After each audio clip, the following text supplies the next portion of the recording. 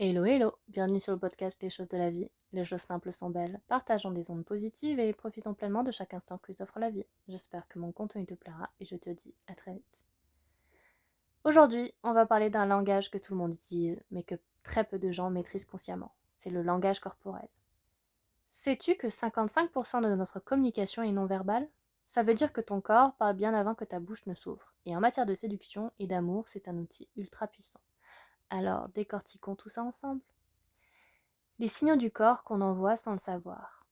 La première chose, c'est que tu envoies constamment des signaux à travers ton corps, que tu le veuilles ou non. Avec une posture fermée, les bras croisés, les épaules rentrées, le regard fuyant, tu dis « je ne suis pas disponible, je me protège ». A l'inverse, une posture ouverte, épaules détendues, corps tourné vers l'autre, le regard direct mais doux dit « je suis là, je suis ouverte ». Le contact visuel est fondamental.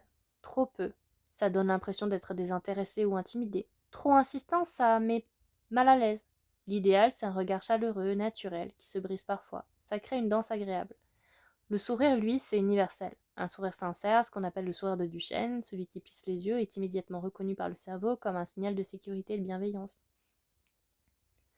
Alors, quels sont les signaux d'intérêt amoureux ? Comment savoir si quelqu'un est attiré par toi ? Eh bien, il y a des signes très clairs dans le langage corporel. Tout d'abord, le mimétisme. Quand quelqu'un t'aime bien ou est attiré par toi, tu vas inconsciemment imiter tes gestes. Tu poses ta main sur la table, il pose la tienne.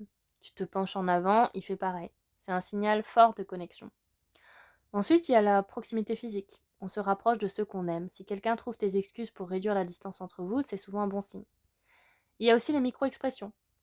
Les rougissements, les sourcils légèrement levés quand il te voit, la lèvre entrouverte. Ces petits signes sont difficiles à contrôler et révèlent souvent l'état émotionnel réel de la personne. Le toucher, par exemple, une main sur l'épaule, un contact bref mais intentionnel, c'est souvent un test. Est-ce que tu te laisses faire ? Est-ce que tu apprécies ce contact ? Comment améliorer consciemment son langage corporel ? Eh bien, voici quelque chose à intégrer progressivement. Premièrement, ancre-toi. Quand tu es debout ou assise, prends conscience de ta posture. Pieds bien posés au sol, le dos droit mais détendu, les épaules relâchées, ça ne prend qu'une seconde mais l'effet est immédiat. Deuxièmement, ralentis. Les personnes nerveuses bougent vite, parlent vite, regardent vite, et les personnes confiantes prennent leur temps, ralentir les mouvements, donner une impression de calme et de maîtrise. Être curieux avec ton regard, regarde vraiment les gens quand ils te parlent, ça coûte rien et ça change tout dans la perception que l'autre a de toi. En résumé, ton corps parle en permanence. Il reflète ton état intérieur, tes émotions, ton niveau de confiance, et en amour comme en séduction, il est souvent le premier à séduire ou à repousser. Le travail du langage corporel, c'est aussi un travail sur soi. Parce que quand tu es bien dans ta tête, ça se voit sur ton corps. J'espère que cet épisode t'a plu. Je te dis à très vite pour un nouvel épisode et en attendant, prends bien soin de toi.